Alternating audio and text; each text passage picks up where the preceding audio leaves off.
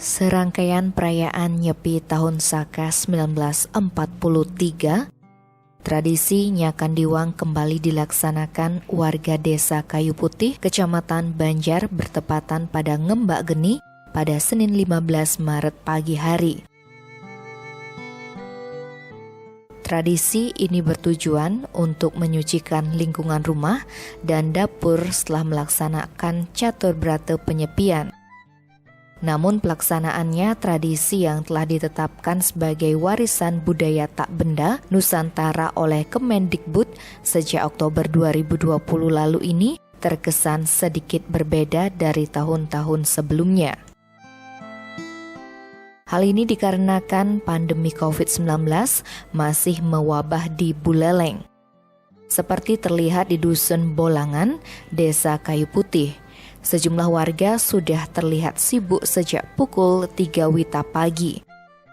Satu persatu warga mengeluarkan peralatan memasak di depan pintu gerbang rumahnya seperti wajan dan piring.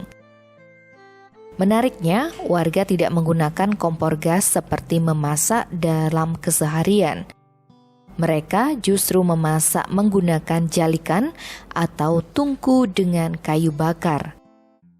Saat api jalikan dinyalakan, suasana di sepanjang jalan terlihat semarak.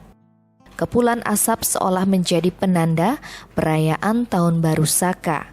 Ada yang menanak nasi, menggoreng hingga membuat sayur. Tak sedikit pula kaum laki-laki yang mengobrol sembari menikmati kopi di depan tungku jalikan.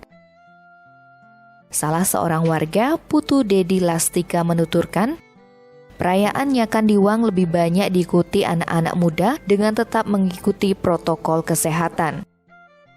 Sementara yang tua memilih diam di rumah, tetapi protokol kesehatan tetap dijaga.